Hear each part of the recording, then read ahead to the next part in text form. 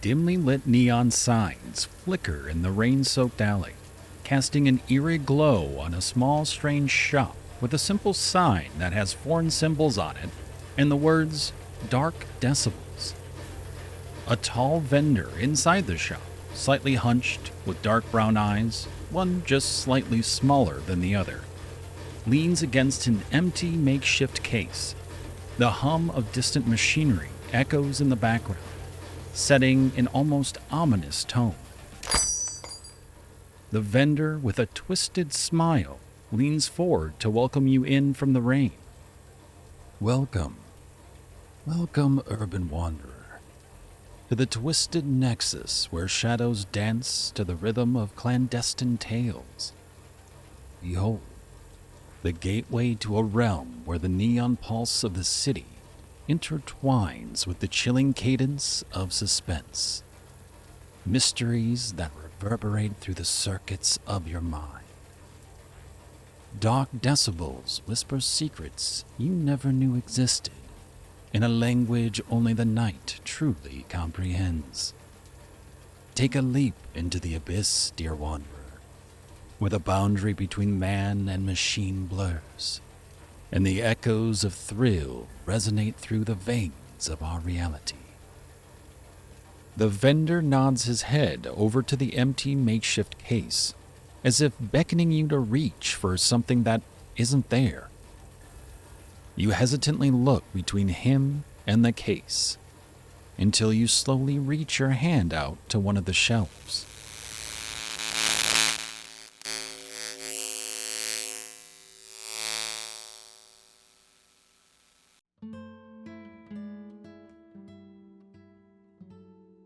Mark had a wonderful life.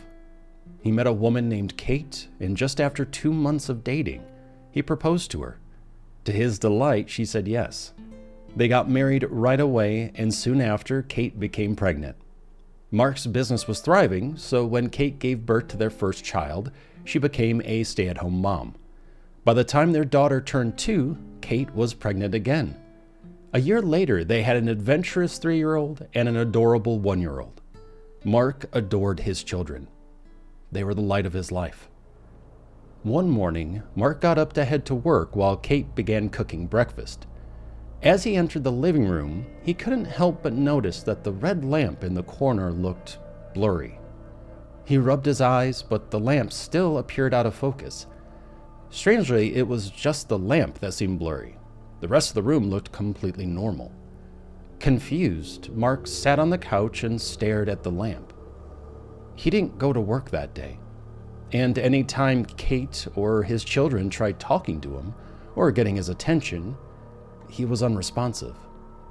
Mark watched as the lamp seemed to grow larger and smaller, shifting slightly to the left or right. He would have thought he had accidentally taken something if it weren't just the single lamp exhibiting this odd behavior. Mark didn't go to work for the next 3 days. He just watched as the lamp grew bigger and bigger until all he could see was its red glow. Then a blinding pain shot from the back of his head down his neck. He closed his eyes, but the red from the lamp remained. When he opened them again, he found himself lying on the road in tremendous pain. An EMT ran over, scooped him up, and set him up in the back of the ambulance. What happened? Where are my wife and kids?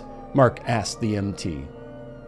You were hit by a truck, dear, and you hit your head on the pavement, but you're going to be all right, the EMT responded. Where are my wife and kids? Mark asked frantically. I don't know, the EMT replied. When he finally arrived at the hospital, nurses and doctors surrounded him, working on him for hours. Eventually, he called over a nurse. Where are my wife and kids? They need to know I'm here, Mark exclaimed. Let me find out for you, sir, she responded, and then walked out of the room. Shortly after, an officer walked in and sat in the chair beside Mark's bed.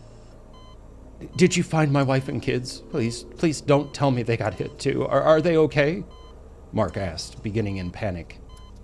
Sir, calm down, okay? Everything and everyone is all right, the police officer reassured him. Mark Gray? The policeman asked. Yes, that's me. Kate Gray is my wife, and we have a daughter and son, Allie and Ben, Mark replied. The policeman hung his head in sadness, as if he didn't want to deliver the news.